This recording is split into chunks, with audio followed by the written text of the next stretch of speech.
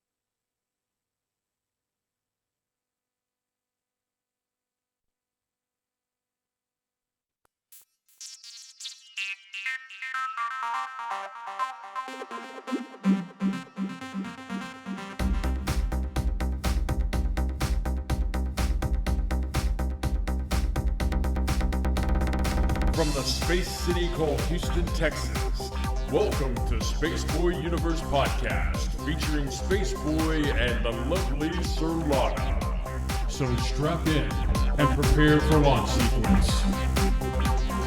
And remember, it's Spaceboy's universe, and you're in it.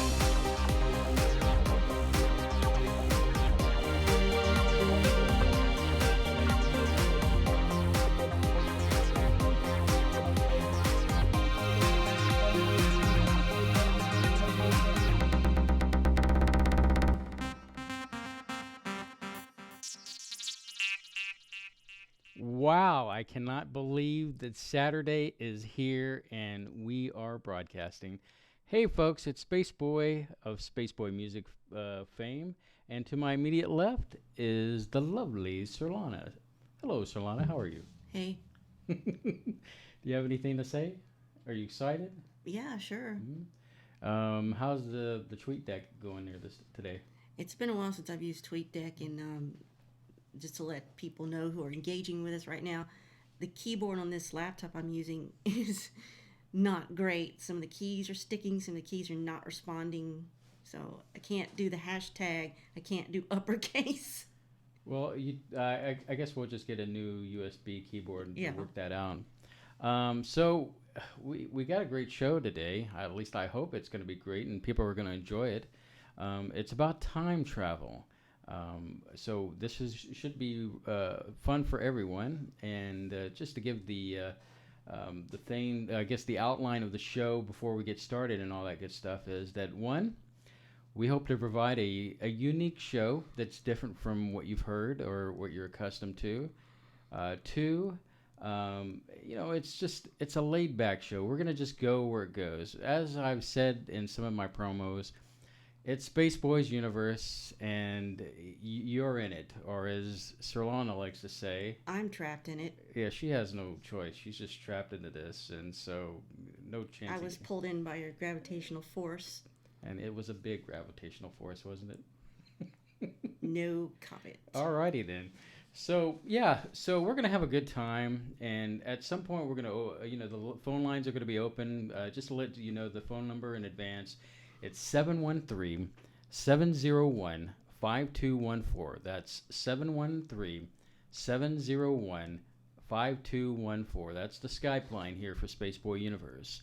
And also, if you want to be a part of the program, it's interactive, which you've probably been, some of y'all are familiar with.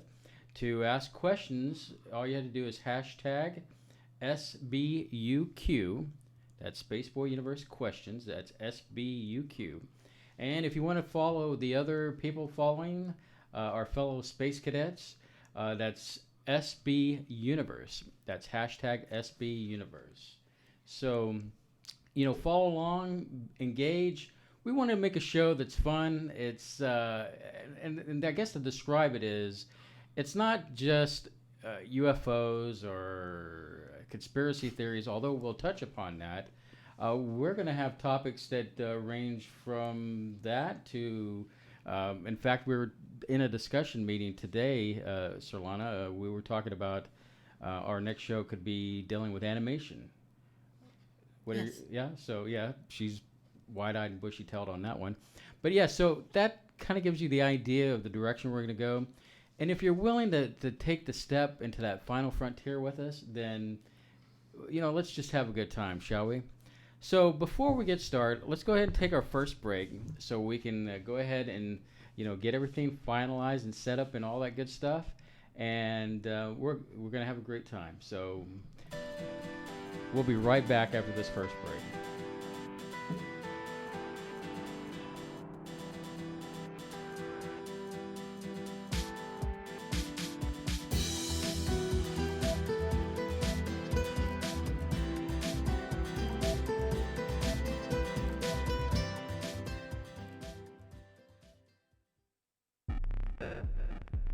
You're listening to Spaceboy Universe, the #1 broadcast for robots. Oh no! Got invited to that baby shower at the last minute? Why not give that expected mom the gift of Spaceboy's latest release, digital on spaceboymusic.com.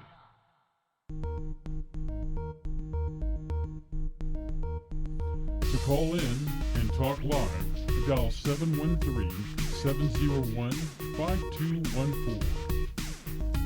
You're listening to Spaceboy Universe, and here's your host, Spaceboy and Surlana.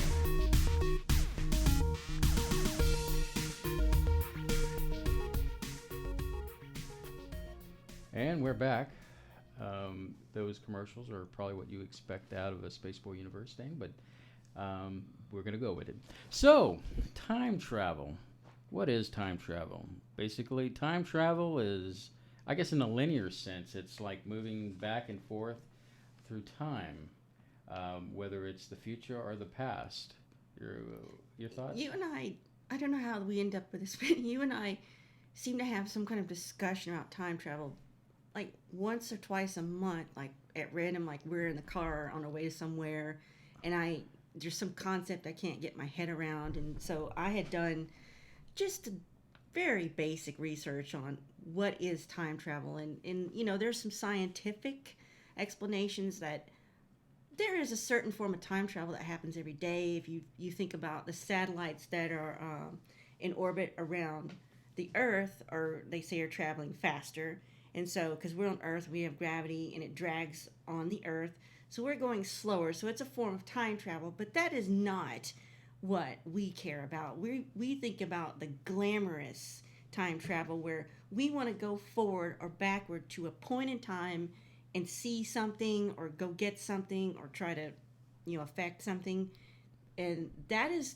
what scientists say is not possible, to go back in time. Now you could do forward if you had warp speed, and there's certain things like quantum singularities, black holes. There's ways we could do it, maybe with Kerr, Kerr, Mm-hmm. black holes, that would allow us maybe to travel through without getting crushed.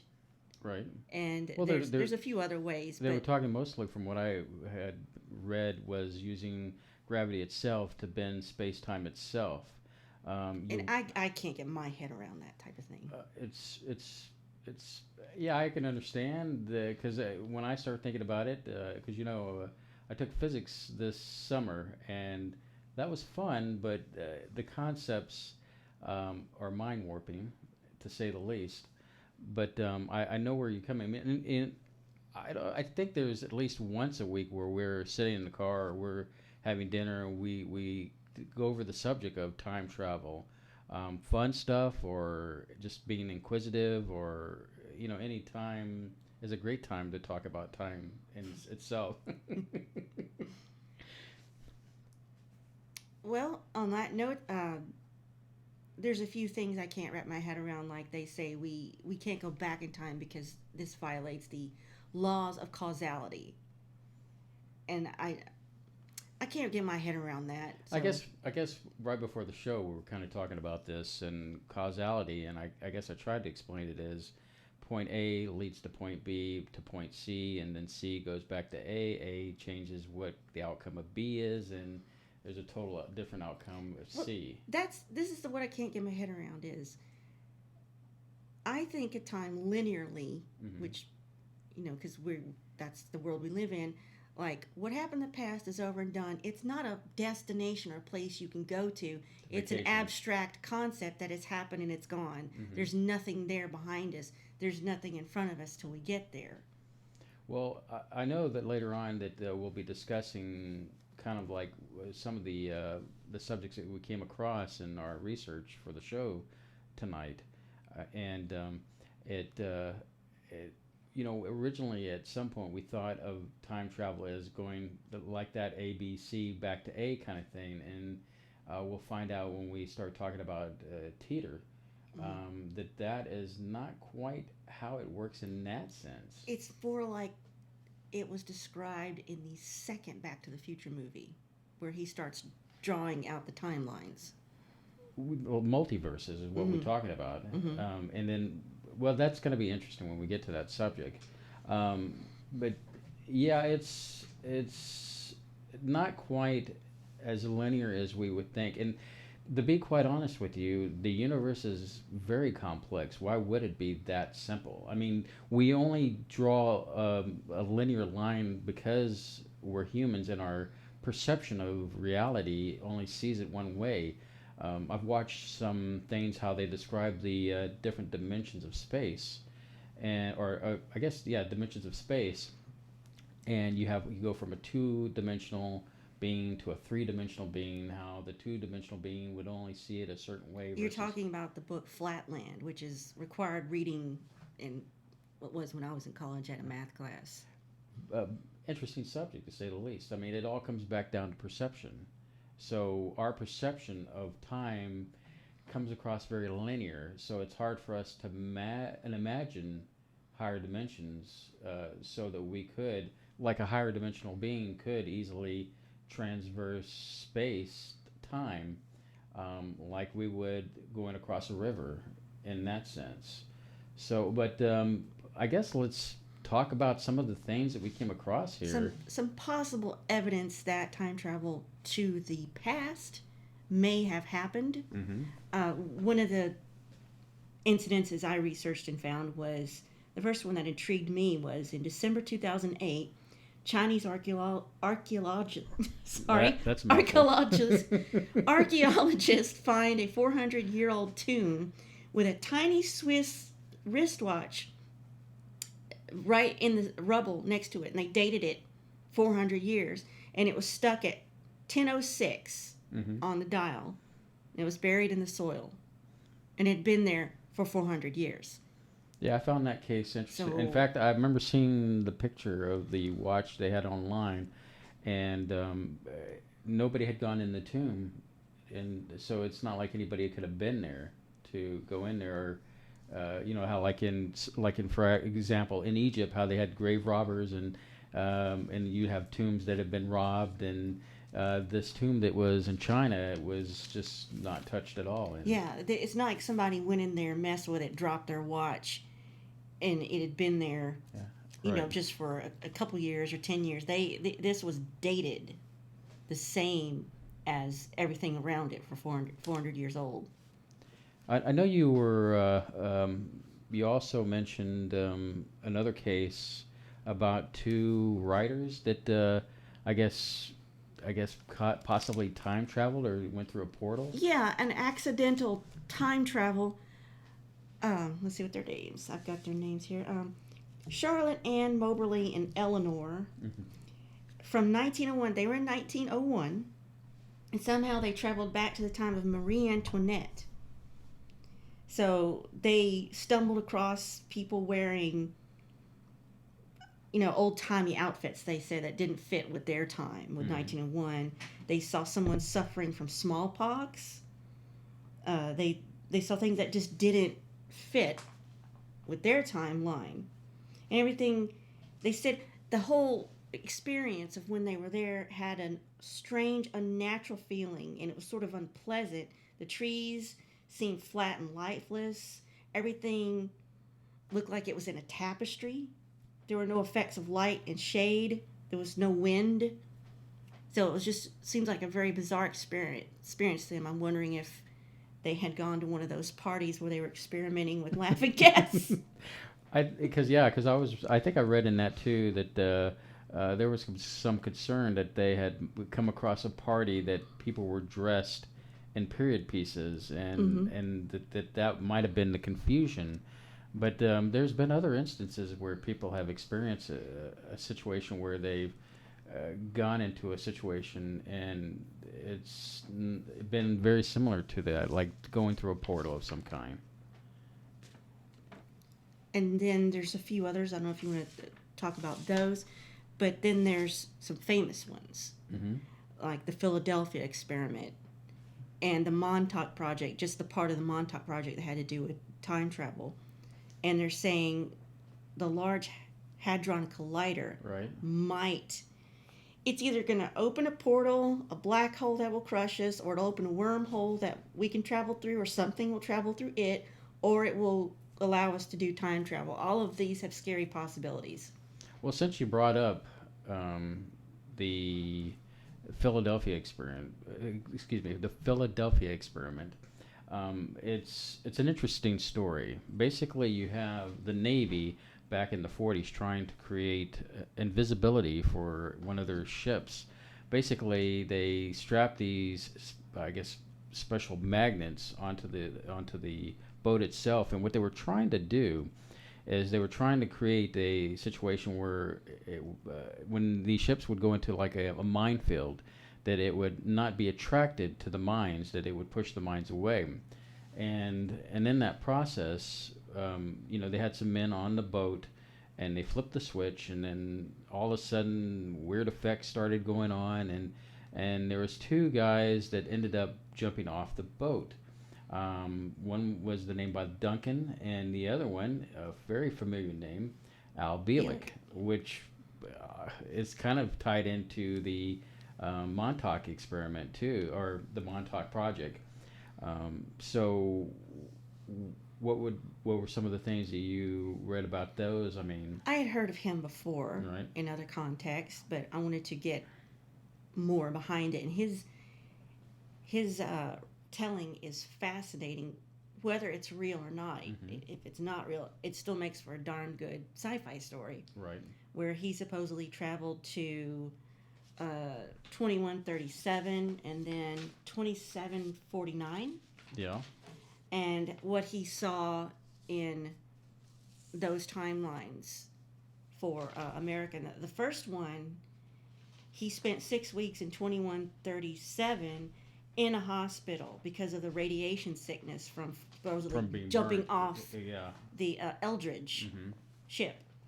And so he wasn't really in a good enough physical state to leave the hospital, but he did learn quite a bit just from watching TV and asking questions and they said, can I see a map of the U.S.? And he discovered all these things that happened, and there had been a World War III, and that the coastlines had changed. The East Coast was mostly gone. The West Coast had changed dramatically. Los Angeles was an island, Right. basically. Let's not forget where we're at. We're gone. The Gulf Coast it had gone inland about 50 miles. Yeah, Houston off We're the map. gone. We're not here, of course. By that year, I'm sure we'll be not here as well. Yeah, we'll have been long gone by then, I'm sure. But he saw great changes as far as there wasn't. The Great Lakes were just one One lake. And the Mississippi was just a great. It had come further inland and gotten wider. Right. It was more of a major shipping now, I think. Total collapse of the U.S. infrastructure. There was no mention of the United States as the United States or Right. Canada as Canada. They kept it for geographical purposes, but they didn't refer to it as a maybe geopolitical territory that we know now as United States. Another thing that he mentioned that I found interesting was the New World Order not being there. It didn't work. It didn't work out, and It's kind of hopeful. yeah. So something went wrong, and that the New World Order went poot. He like he said mentioned about Russia, China versus the U.S. The war. I guess he mentioned something about he definitely mentioned Earth changes because you have But he didn't know what. No one knew why. It wasn't exact. Yeah, he didn't know why. But I found it interesting how he was in the hospital and they still had TV in the year 2137, and yet I guess it wasn't like it was more of an educational channel versus some of the stuff we see on TV today. What intrigued me is he said the hospital he was in looked the same, but the medicine was more advanced. It bared no resemblance to the medicine and technology we have today. More holistic. He said it was actually more therapeutic Yeah. and holistic, having to do with vibrations, and the surgical procedures were more refined treatments. He didn't really go into that, but I would be intrigued to learn more about that if it was possible.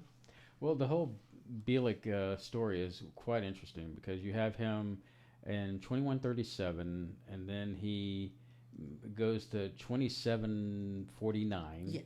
He stays there until 51, and then he jumps back to 2137, which I guess he gets Duncan, which I think it was his brother, or I'm not sure. Duncan didn't go with him. Did he go with him back to 1983 at that point? He left Duncan in 2137. Duncan's the other guy who jumped with him off the Eldridge. Somehow he got sent forward in time by himself. Right. And that one,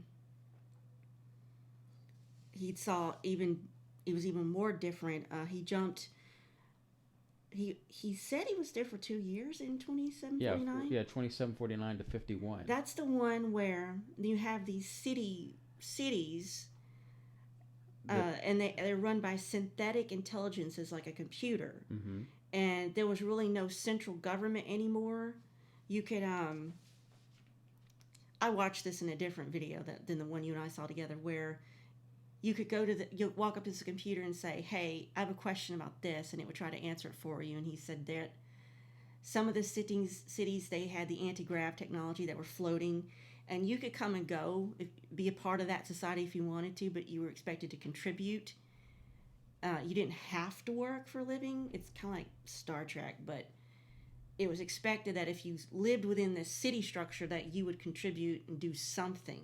Right. Although it wasn't enforced, so there were people who were leeching off the system, and so it wasn't perfect, but you could also go to try to make it off on your own outside of a city. And I had heard that in a separate one. He went into more detail in that video that I saw.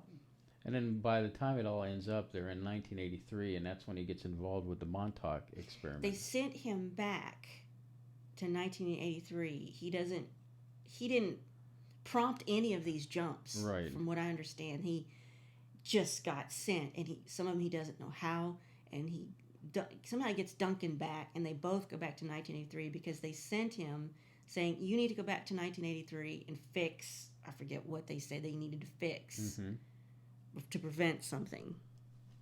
Well, speaking of, I guess, government projects, it would be a shame not to mention Andrew Bishago.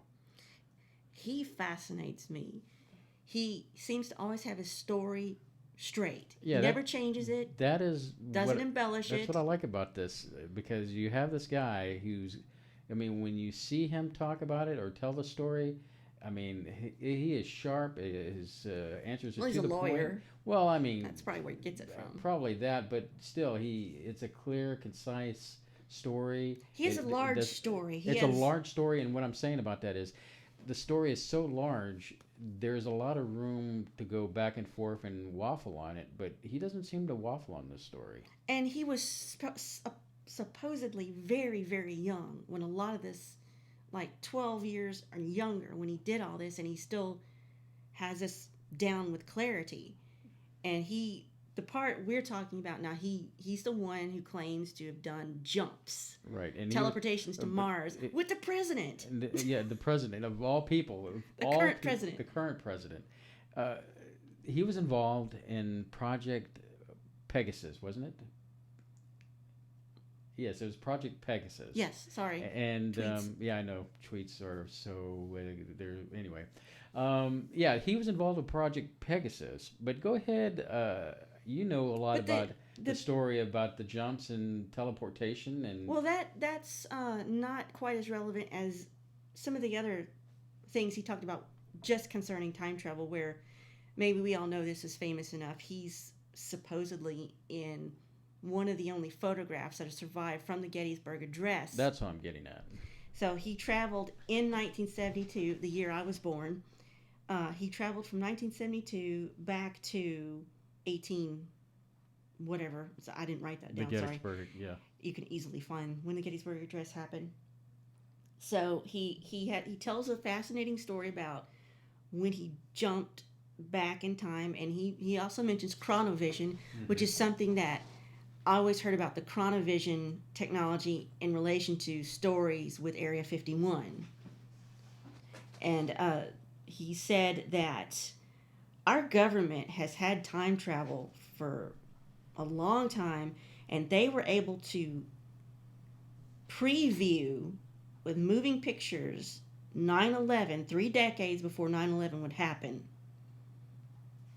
So he also viewed those moving images from 9/11 in 1971. Yeah, and the interesting thing was, who was he with? Rumsfeld, of all people. Apparently Rumsfeld knew all of this decades in advance. Yeah, that whole story with him and the people that he's come across, like you just said, he was with Barack Obama. But he was going by Barry something. Barry, yeah.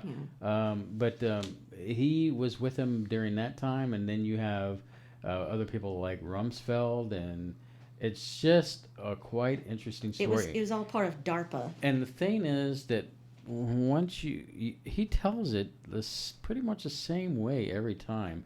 And you would think after so many times, I mean, he's not a robot that I guess he's not, but you know, he tells it the same way every time. So And he goes more into how it was done, the teleportation and the chronovision.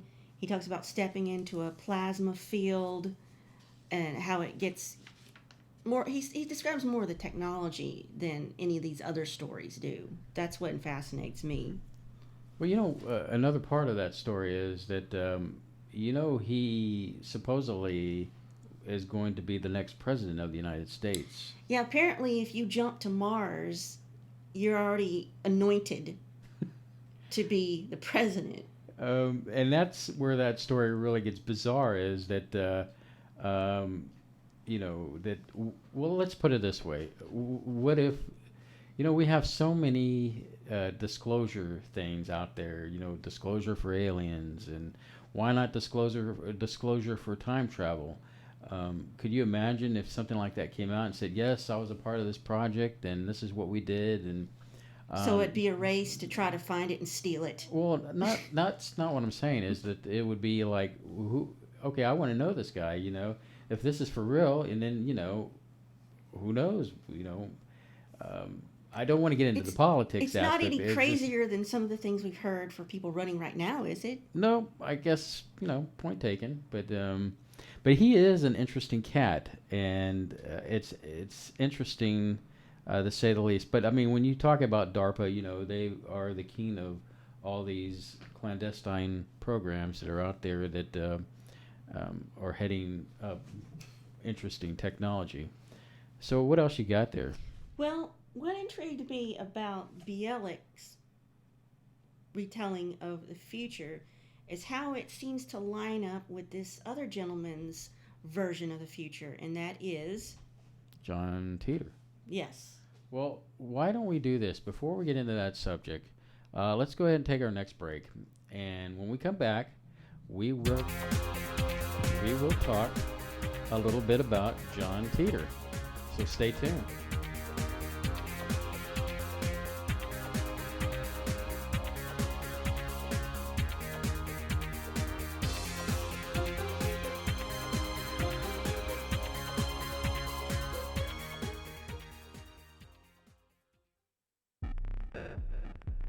You're listening to Spaceboy Universe, your cosmic tour de force. Techno, dance, atmospheric moods? Yes, my friends. My latest release, Digital, has something for everyone. Even makes a great gift for grandma. Buy your digital download at spaceboymusic.com.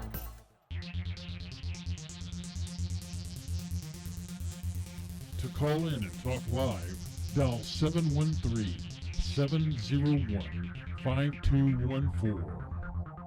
You're listening to Spaceboy Universe, and here's your host, Spaceboy and Surlana.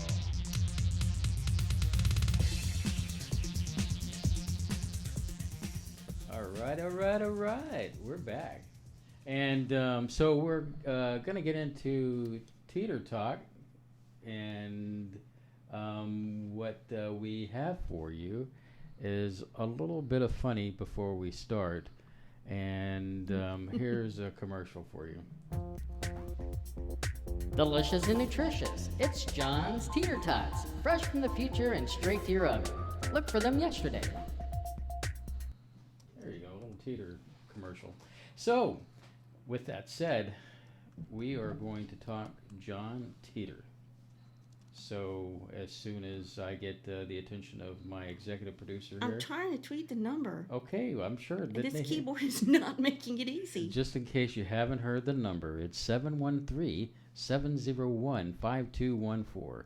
That's 713-701-5214. And we'll be taking some calls very shortly. But so let's do this Teeter Talk. Teeter Talk. After I've had my Teeter Tots, I'm ready. Good. All right.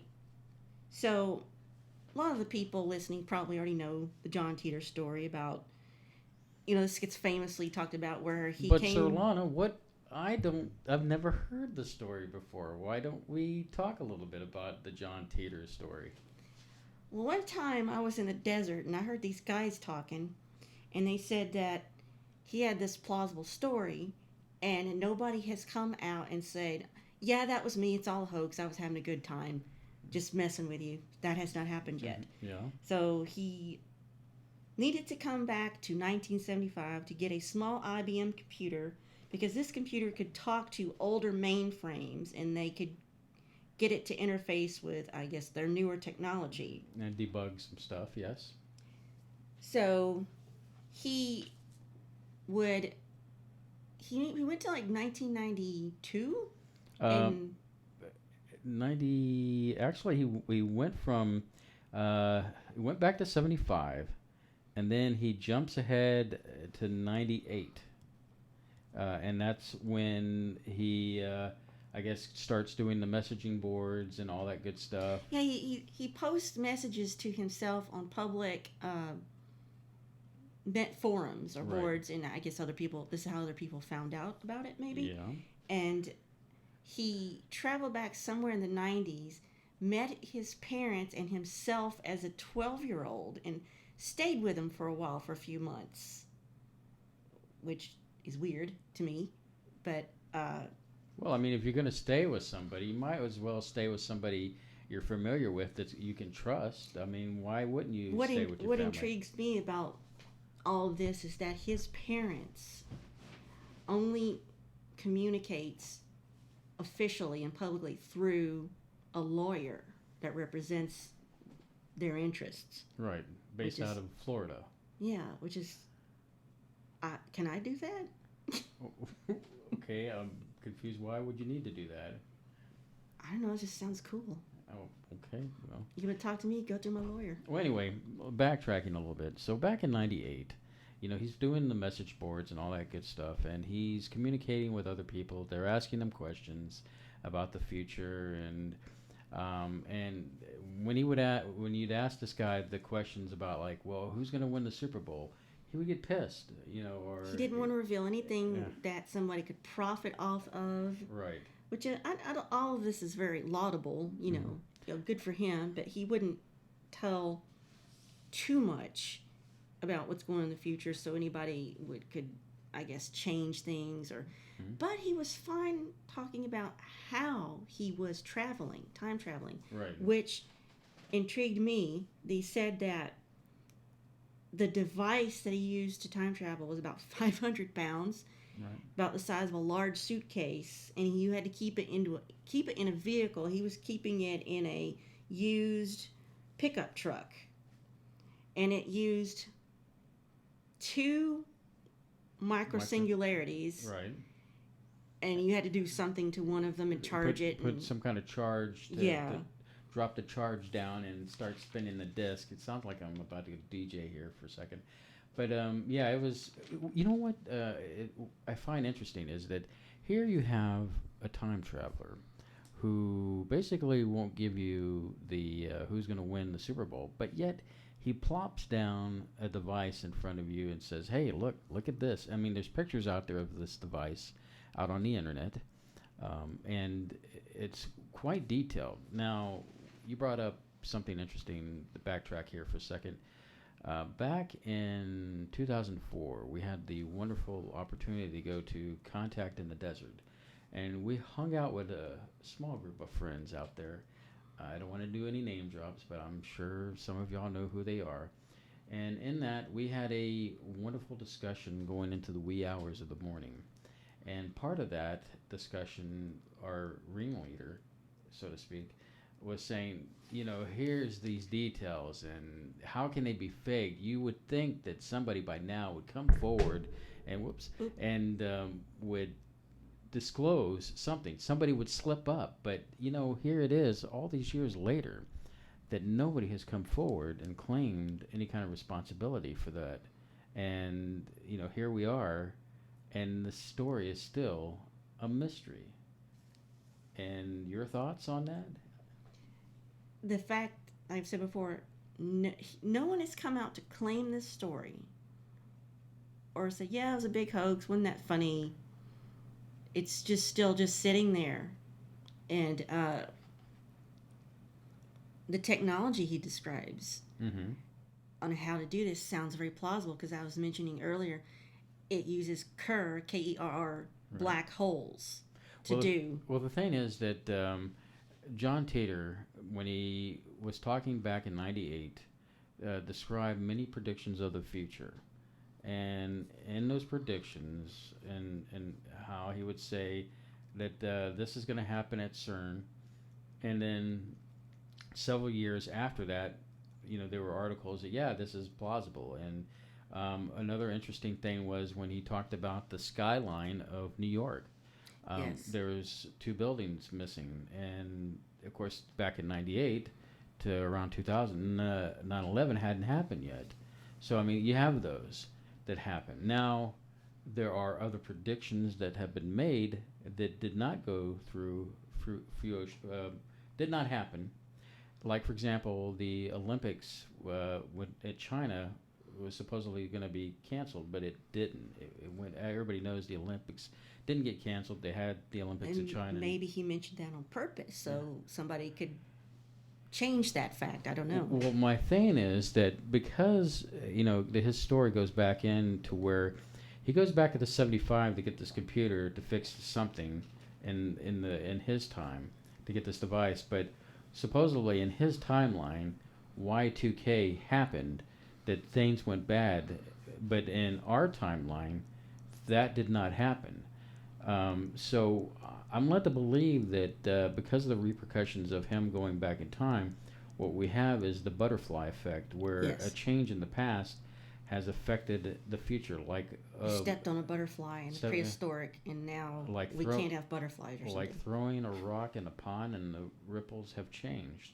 So I guess what I'm getting at is that we're looking at time changes that, it's so easy for us being, we're stuck in this river of time as it flows, that to say to the sea. To the sea. And thank you, Alan Parsons Project.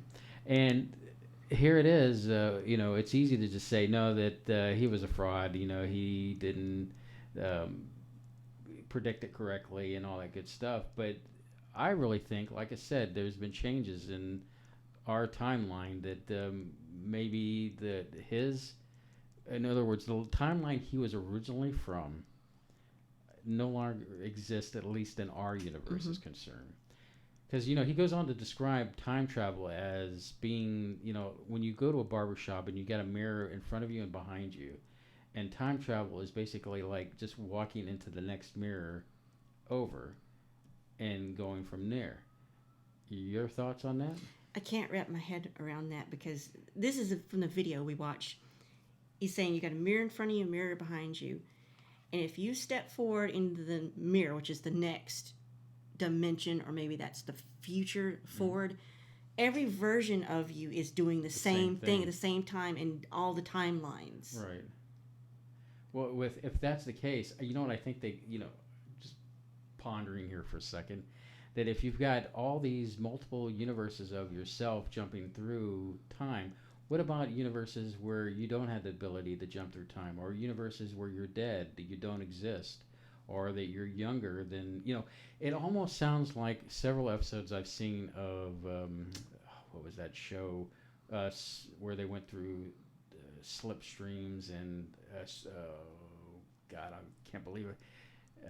But anyway, it was a show where they would go through this hole, and then they would jump to parallel universes. And it's not Sliders. Sliders. I never saw that, but see, I even knew it. I never saw that TV show, but I knew it. What a brain fart I had tonight.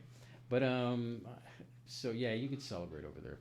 So in Sliders, what I found interesting is while they're jumping from universe to universe, there was universes that were a little bit behind and a little bit forward of their actual time. And so, I mean, when you start really thinking about it, infinity really applies to this situation as far as time. But I digress. I've gone off into a tangent. This must be why there are skeptics. You know why? It's easier to just go, oh, that's impossible. It's easier to not believe than try to understand. That's a stupid question. That's a DS9 reference. Yes. In case there's a lot of people who don't know what we talk about. Anyway, I'm sure our audience will get to know us. So, but there you go. As far as his idea of time travel, and it was more than just, it's time travel, and but it's as Titor, or the person who was talking about Titor was pointing out, and this is Back to the Future 2 stuff. Okay, so he comes back to get this computer to help themselves in the future, but when he comes back to the future, it's not the same one he left. Right. Supposedly, when he leaves, there's a 2% variance that.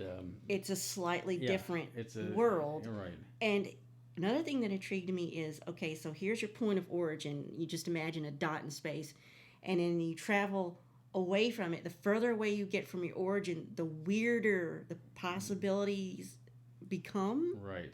That's what he was saying. He was mentioning something that, traveling back to maybe Jesus' time, that Jesus wouldn't exist, and if, depending how far you would go back. And quite frankly, you would think that the time machine would move a lot faster than it did. He said something about that it took like so many hours for each year to go back in time, and it took him like 30 hours to go back to 1975. Was there a restroom break along the way? Did he just have to aim out of the car and maybe he had to get it up to 88 miles an hour and ran out of fusion cells, or I don't know, but it boggles me that just 30. I mean, we've taken the old truckster to the desert out in California from Texas, and we made many stops. Can you imagine being? I mean, it boggles my mind. Is there an intergalactic Buc-ee's? I mean, exactly. I mean, do you have to take a cooler for drinks and sandwiches and stuff? Buc-ee's is a very famous Texas truck stop. Mm-hmm. So. Anyway, I mean, but what intrigues me about that, before we leave the Titor subject, okay, his version of the future seems to match up fairly well with Bielek's. Mm-hmm. That's what intrigued me. Is he's saying that there is a civil war in this country, right? And our instability leads to World War III. Now, this is the part I didn't really understand this video. He's saying China's our enemy in this World War III. Russia's our enemy, but then they're our ally. They attack a very specific parts of the U.S., and their attacks are very focused, very precise. It's not the megaton thing we dropped on Hiroshima. It's very. Well, it takes out a very focused area. And here's what I tried to convey in that conversation is that in Titor's, I guess, view of how things happen. China, Russia against the U.S. I can only imagine, based upon what's going on currently, that there's so mistrust with our government that you would have a group of United States citizens against the government, and the government flat out attacking its citizens.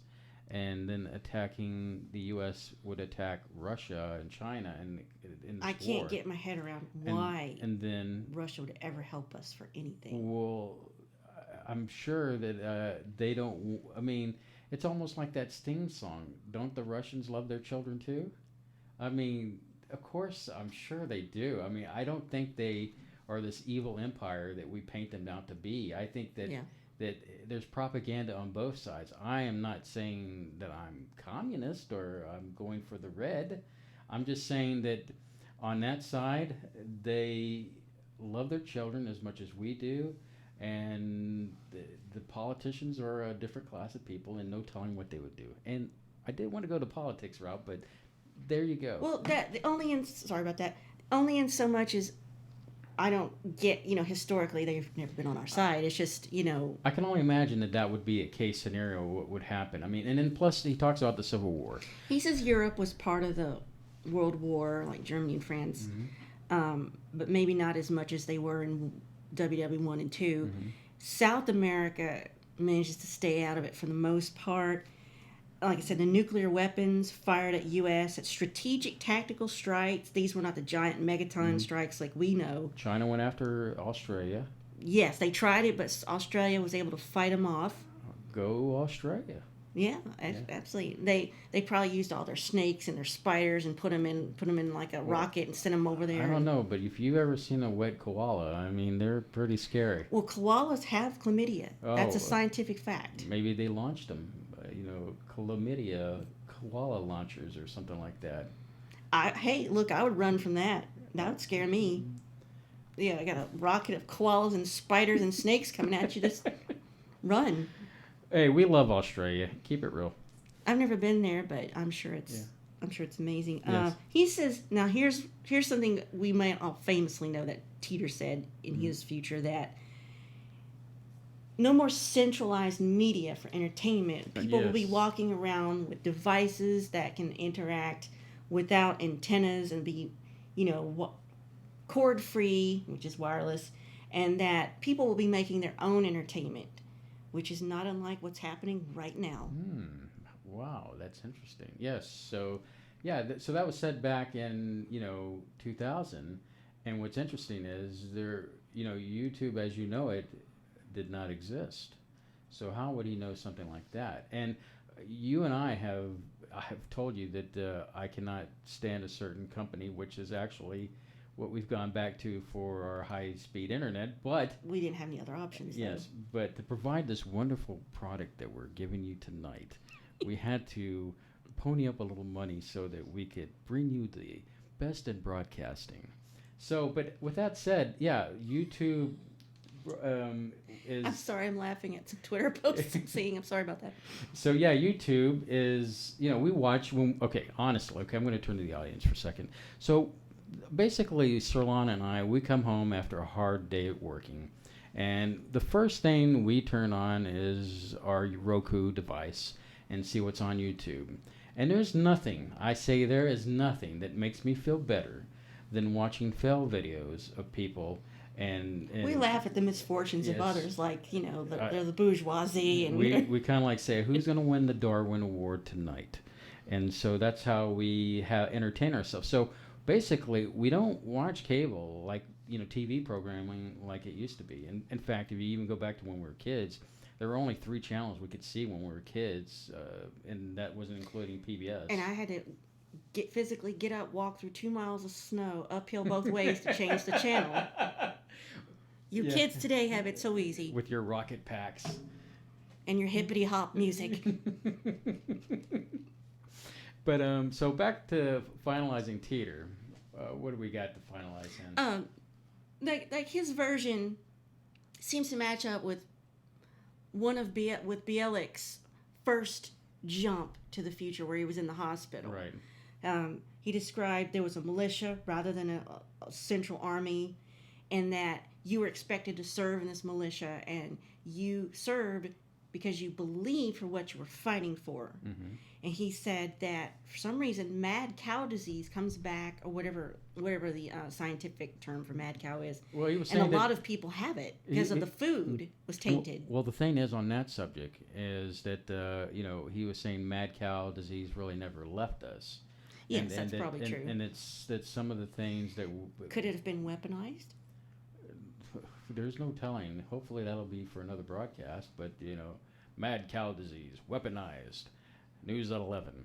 But as far as he goes on to talk about how going into like a Walmart type thing and seeing all this food and It all was this, disgusting. it just made him sick. To I his stomach. assume they must have been growing their own. Yeah, yeah. If you don't, Back to the agricultural not, life. in other words, not being able to see his own food being cooked and prepped made him sick. And he even said while he was here, he had lots of allergies and just didn't feel That makes good. me think that when we went through industrial revolution in this country and in all the different countries, mainly we know about it from this country and in England, Mm-hmm.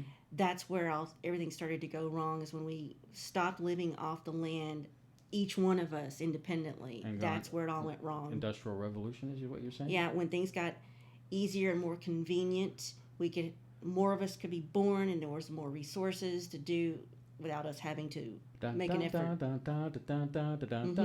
That streamlined machinery, press, Manufacturing, the atomic age. Well, I mean, it goes back to the turn of the century of industrial revolution. I know exactly what you're talking about. But yeah, I just thought it was interesting that Bielek and Titor had two versions of had a version of the future that kind of matched up with Civil War and World War III. Mm-hmm. So that's what intrigued me. Yeah, because they were almost neck and neck. So what makes it interesting about the two stories is how the two stories seem to almost parallel each other. And that's what I like about those two stories. They sort of corroborate each other. Well, Solana, we're going to take another quick break. But when we come back... Talk about fun stuff? We'll talk about fun stuff, and hopefully we'll get some of the tweeters out there to give us a call and say howdy and say all these nice things, and we'll have bumper cars and polls and all that wonderful stuff. So anyway, let's take this last break, and we'll be back after this.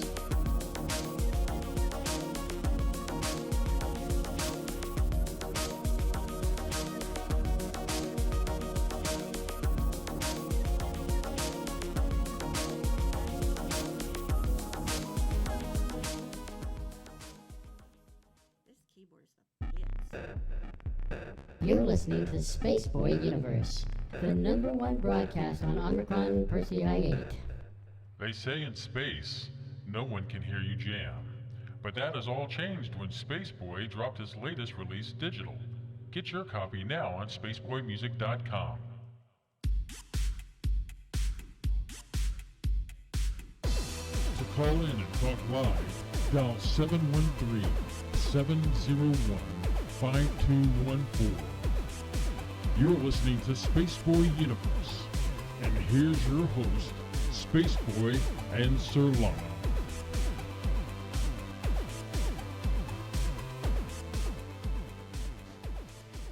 We did have a question out there, Solana, from Holographic.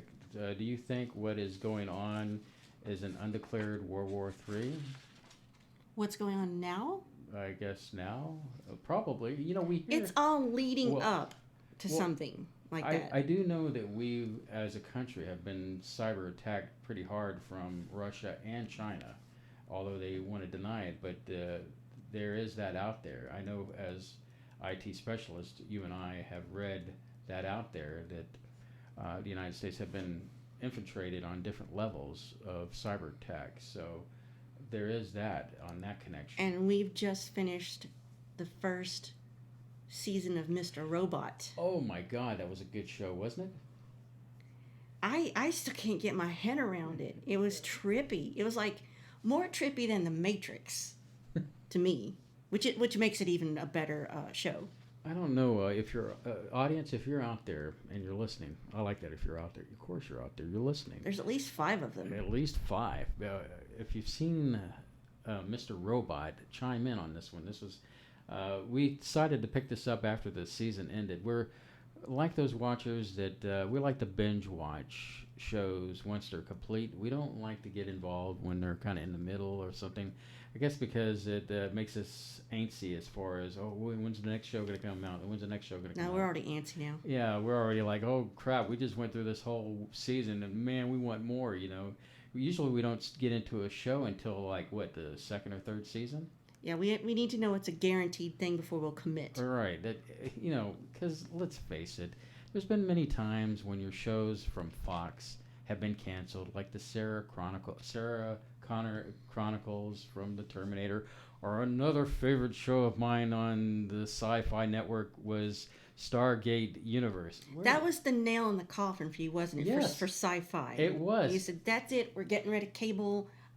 It's broken my heart too many times. That was the point in time when I said, you know what? Forget you, cable. I'm leaving you. I'm just going to do the internet thing. Because there's so many times I've been invested in a show and I give them my time. And what makes it even worse in my case, I feel like, okay, I'm an adult and I got money in my pocket. It's not like I'm an 18-year-old kid that doesn't have a job or something like that. And if you're an 18-year-old kid and has a job, I'm sorry. I didn't mean to hurt your feelings. Maybe one day you'll get out of your mother's basement. Hey. What? I'm just playing here. Oh, come on. Anyway, but what I'm saying is that I'm a productive member of society, and I'm willing to pay money to the sponsors and all that good stuff. But why do they got to cancel all these shows? So so my hit list right off the bat is when they canceled Stargate Universe. That really ticked me off because prior to that, Sci-Fi was putting all this junk on their show. They were doing wrestling, And it was like, what is wrestling doing on the Sci-Fi Channel? Because it's fictional. It's fictional, but where's the sci part of it? Maybe it's the scientific. You've got to work out the angle of when you're going to hit the chair on the guy's head, and you've got to go to a drawing board and do the equations for how when you jump off the rope onto the guy for the best impact. You know what would make trajectory and what would make it interesting is that you combine wrestling with the game Portal. And as the guy is like gonna jump right on top of you, you hit the portal gun, and he goes through the hole and ends up splatting his head onto a chair or something. Now that would have been interesting, but don't give away all your ideas for free, man. Oh well, yeah, I know. Well, Sci-Fi, they're not gonna pick it up. They're NBC, so. I just don't know if you should be bad mouthing. I know I'm mega media things with your get my calm. Independent radio angst. Find my cool spot there. Okay. But since you're talking about TV and stuff, yeah, let's talk about something fun before we open it up. Do you have any favorite time travel movies? Do you have any favorite time travel TV shows, or any TV shows that had a time travel episode?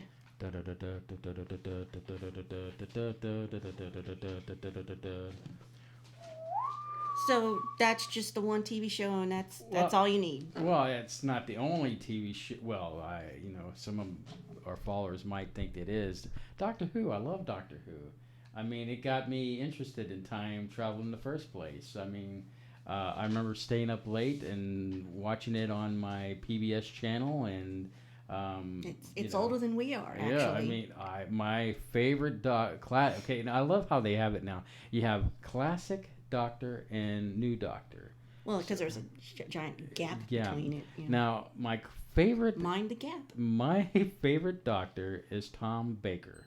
Because he's crazy, he wears a cool hat, he's got a scarf. He's happening. He's a happening dude. Now, when you go to the new Doctors, it's quite a collection of new people. I'm going to have to say my new favorite Doctor is going to be David Tennant. Followed by Matt Smith, which he brought a great performance. Then you have, Eccleston, which is, But do you have a specific? So it's all you don't have a specific episode, all of it, because it has to do with time travel and Doctor Who. It's time travel. I mean, that's what you like about it. Well, that's the whole theme of the show. It's time travel. I mean, okay. The battles with the different people and going through and all that good stuff. So I don't have a really... Well, that's like for me, there's multiple episodes of Star Trek The Next Generation I could name. So I'll just say Star Trek The Next Generation, and, you could find them because they do time travel more than once. And then I have a specific Star Trek Voyager episode called Relativity. Mm-hmm. I won't bother summing that one up. I mentioned in one of our last podcasts Star Trek DS9 The Visitor. I went over that, so you can go back and listen. And now I just want to mention two more, and then I have one honorable mention. The show Red Dwarf, which is a British sci-fi comedy, and if you don't know it, go find it. You can probably find it bootleg somewhere. Or pirate. Like I did on a major video website that we might be broadcasting on. Anyway, Red Dwarf, the specific episode I'm talking about is called Backwards. It is brilliant, brilliant, brilliant, brilliant. Nearly the whole show is being shown backwards. They filmed it and then they show it backwards, but the main characters are interacting normally. Well, everything is in reverse. Is in reverse. You must see that. I won't go into it further. And another made-for-TV movie was Blackadder Back and Forth. I'll just briefly run by. So if you're familiar with Blackadder, it's the modern version of Blackadder. It's New Year's Eve. He has all his friends over, which is Hugh Laurie, Stephen Fry. I can't think of the woman's name, but she played Queen Elizabeth in one of the earlier versions. And of course, Baldrick's there. And the guy who plays Darling, Captain Darling. And he's going to play a prank on them for New Year's Eve. And he shows them, I've built a time machine. And he was going to say, name some things you want. And of course, he lives in this castle. And all he has to do is go pick some antiquities from his, selection. And has Baldric load up the time machine. Well, it turns out the time machine actually works. And this is the one where he famously goes and punches Shakespeare. And that's another great one you can probably see. And an honorable mention is Mystery Science Theater 3000 when they watched Time Chasers, which is a painful little piece of 80s movie where this nerdy guy makes a time machine in his his little ultralight plane Cessna, and he uses a 5 1/4 inch floppy to load up time travel and flies into the future and flies into the past. And it was, I think the budget for this shoot must have been about $150 because it looks like they're filming it in the local mall. Right. Oh, you must see this, and it is very, very, very painful. Well, I mean, yeah, I do have favored multiple episodes of Star Trek: The Next Generation, Star Trek Voyager, yes, Deep Space Nine, yes, where there's been time travel involved. I mean, who can forget the Deep Space Nine episode, Trouble with Tribbles, where they travel back to the old series. Oh, Trials and Tribulations. Oh, it's Trial and Tribulations, right. Trouble with Tribbles is the original Star Trek names. And I thought they really did well on that. I mean, blending the 1960s color and everything, and then combining the characters from the original show. I think that's probably going to be one of my favorites from Deep Space Nine. Of course, we've always felt Deep Space Nine was well written and great show in general. Now, real quickly, so we can get to maybe a couple of calls. And do you want to do movies real quick? Yeah, I just want to... Just go ahead and name them. I'm just going to go ahead and... well, you go ahead and name yours. Mine, I guess you're going to say, oh, that's such a girl thing to choose. But because mine are very different from yours. And when I started to research this, I just was looking for a list of time travel movies and TV episodes. I found this one site. Oh my gosh, there's this one site that lists every single piece of time travel TV show, every TV show that had an episode of time travel, every movie, every animated show, every foreign show. Is this your way to justify the girly time travel? No. I'm just saying, I just realized how much I have not seen in the time travel subject. And I know you've seen a lot more than me, so I'm definitely not an authority of saying these are the best ones. These are just the ones I like, and I'll just name them briefly. Back to the Future, the first one, because of course, Bill and Ted's Excellent Adventure. I was 17 when it came out, and I must have saw it 50 times in the theater, like the dollar theater. Peggy Sue Got Married. Mm-hmm. Star Trek 4, The Voyage Home. And this one, purely for hormonal reasons, Kate and Leopold. Not a great movie, not a great script, not a great hairstyle for Meg Ryan, not her best acting, but you get Hugh Jackman in 18th century dress, and it's like drool-worthy. So there you go. Oh my God. So anyway, welcome to the Estrogen Channel, brought to you by Surlana. And it's freaking awesome. Okay, so anyway, some of my favorites. And I guess Primer was one, which is one that you're not thrilled with. But I sat next to you and watched it, but I must have been on the phone reading something. I wasn't paying close attention, and I didn't get it. So that Time After Time, which is one that I enjoyed, that had Malcolm Ian. What was his name? Now I went for a blank. Was it Malcolm McDowell or Ian Holm or who? I'm sure. I don't know. I didn't see it, babe. Anyway, it was the 1980s version of Time After Time. Good movie. In fact, it has two people that are Star Trek related.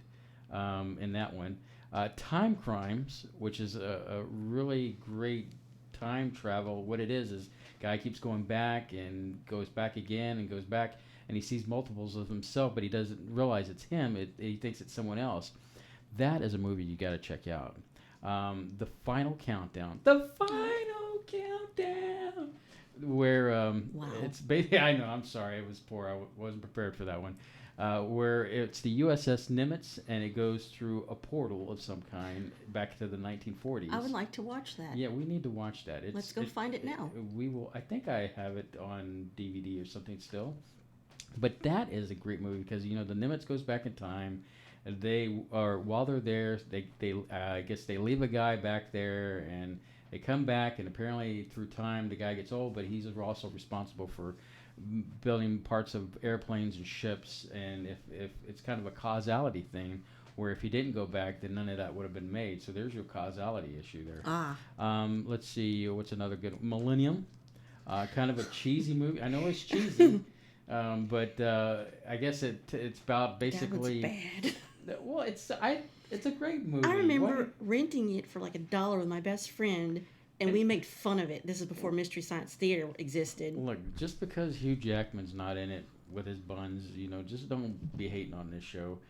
It's got the sexy. Don't be hating on Hugh Jackman's buns. Chris Christopherson. You like that guy, don't you? All burly and. No. Okay. Then anyway, so we're moving on to the other one, the Time Machine. There's actually two versions. You have the classic 1960s version, I believe, and then you have the updated version with Guy Pearce in it. I like both. It depends on if you're a little bit like a Mountain Joy or a little nut. Well, then there you go. It's fun for either way if you want to go either way on that. So those are basically some of my favorite time travel movies, because on that 100 list of 100 movies, I've seen pretty much almost 90% of all those movies. I know, and that's what I was looking at. Like, either I've got a lot of homework to do, or just admit I'm not really into this. As you are. Mm-hmm. So, with that said, we're going to open up the lines. So, Yay! Hopefully somebody's out there that's willing to be our guinea pig and call in and say hi at least. Or tell us your favorite time travel movie, TV, or your favorite time travel story we've talked about, right. Or one that we didn't cover that you think is equally as interesting. Mm-hmm. So 713-701-5214. Yes, if you're west of Houston, 713-701-5214. East of Houston, 713-701-5214. The fifth caller gets nothing. Oh, that's sad. But with that said, we will have some kind of cool gifts coming up. Yeah, later on we'll get this figured out, and we can have some prizes. Oh, here's an unknown caller. Shall we take this call? I love unknown callers. Caller, you're on the air. What's up, guys? It's Dave Cruz. Hey, it's Dave. How are you, Dave? What's going on, man? Well, we're just having. How you doing, Surlana? Hey, Dave. It's good to hear from you. So what's on your mind, Dave? Not much, man. I just wanted to give you guys props. You guys are doing awesome. It's been a really good show. Hey, aren't you on a show too? I just called in to say hi. Oh, what? This is your opportunity. Come on, don't be bashful, Dave. Tell us. Plug. I'm not even trying to go there. You know that. But yes. We do a show called Beyond the Strange on Sunday nights, 6 p.m. Pacific. And tomorrow night we'll have Robert Sullivan IV, author of Cinema Symbolism and, oh my gosh, what's the other one? I'm having a brain fart. It's the Mason book. Anyways, yeah, it's going to be awesome, and I'm really looking forward to it. But you guys missed the movie. Well, what was the movie? What was that? Somewhere in Time. That is a classic. I love that. Is that Christopher Reeve and Jane Seymour? Yes. It's too sad. It is sad. It's just too sad. I tell you, Dave, I'm surprised she doesn't like this more because it's a chick flick. Well, I guess it's it's more like Barry White time between a couple. Hey, let's watch this together, and you want to see your man cry? Well, here's your chance, kind of thing. I don't know. I don't know. Not into that one. But yeah, that's a great show, Dave. What was your? Do you feel about the same way on that, or? Well, I liked it. I actually did watch it with my wife. So. So yeah, it's a man and a woman kind of thing, and I'm not suggesting if it's a boyfriend and girlfriend kind of thing, where your girlfriend finds out you shed a tear in that movie. You probably don't want to save that until you're much more engaged with each other. Or you can watch them shed a tear over Star Wars trailers. Pick your poison. Hey. Oh yes. Sure. Dave, I got to tell you. So I was watching the first time the new Star Wars trailer comes out, and I tell you, I got very weepy when Han Solo and Chewie showed up on the screen. We're home, Chewie, and I'm like, I can't believe. Yeah, Look at him. He's so old, but Chewie isn't. I got goosebumps. Yeah, so I can't wait for that movie to come out. I mean, I'm just so, it just at that moment, it was hard for me to convey to Surlana that it just brought back my inner child again, and that's where it was coming from. I think it's because, I don't know, I just got over Star Wars in the 90s. Star Trek's my thing now. So. Oh, yeah, so. All right, Dave. Well, we appreciate you calling. And, Thank you, Dave. And call back anytime, and we'll look forward to your show tomorrow. I'm going to listen tomorrow. Sounds like really interesting guest you got I guess. Hopefully we'll get some guests someday. But until then, we'll let Surlana beat up on me so everybody can have a good laugh.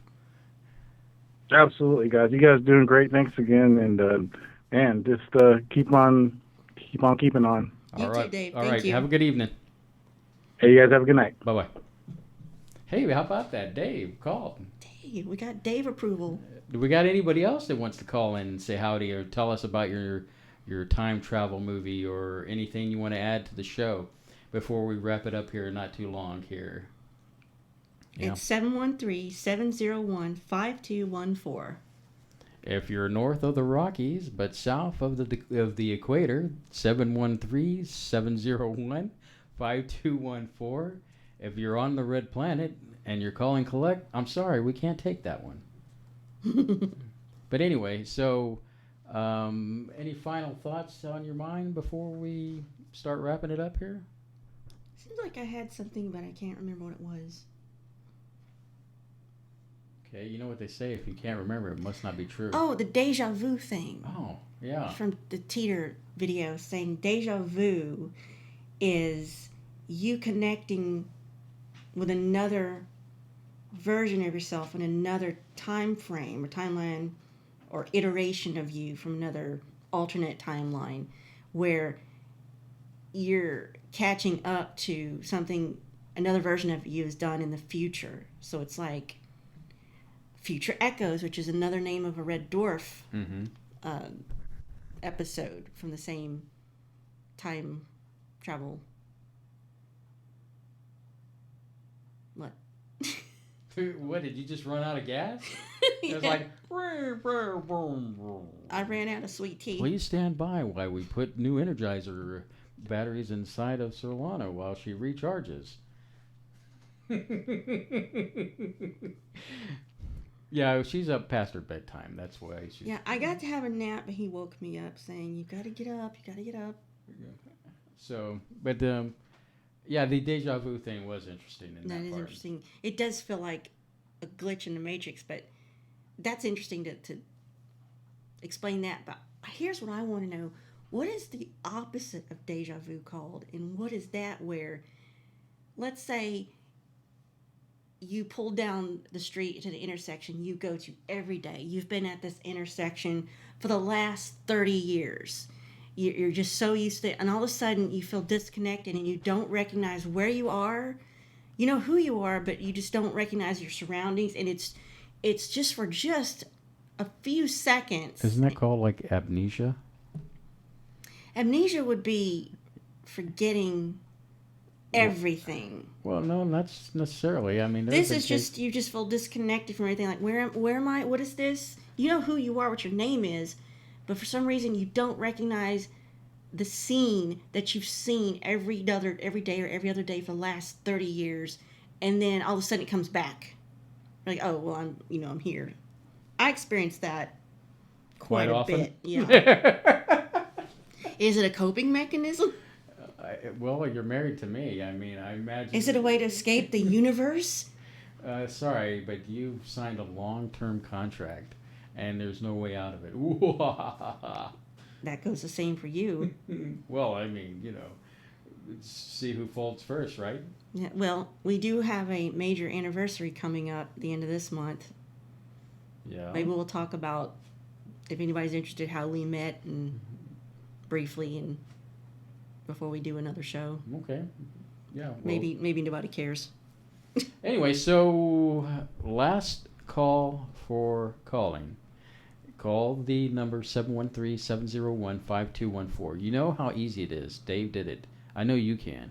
It's just a matter of picking up your smartphone and dialing 713-701-5214. Be a part of history. Be a part of this history like Dave did. Dave, you're you're a true champion. How about you, K28? You know you want to call in. You should call in. K28 says opposite of deja vu is jamais vu.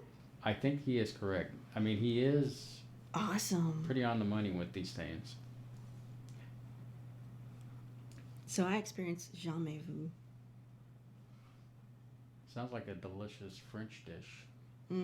With cream. Alouette Chanté Pommelé. Yeah, we're spiraling now, so. Yeah. All right, well, we gave you a chance, and we hope that you will join us next time. What do we kind of got on the burner for our next show? Did we discuss that officially? Yeah, we were talking about animation. Animation, yeah. A little bit of nostalgia for what we liked growing up, what still holds up to this day, and then animation that we're into now as adults that are more, not for kid animation, because there's a lot of that going around, and that would be an interesting topic. It'll be interesting. It'll be fun, exciting. Talk about our favorite cartoons and all that good stuff, and that's where I pointed out at the beginning of our broadcast that this is not your unique. This show is very unique in the sense that we want to do everything from A to Z. And remember, it's my universe, and you're in it. That's why we only cover things that you're interested in. Well, I mean, you married me. You've got to be interested in me in some way, right? At least $20 worth. That's how much it cost me to talk to you. All righty. Anyway, on that magical note, we're out of here. Well, join us next week when we will be here again at the same bat time and same bat channel. Goodbye.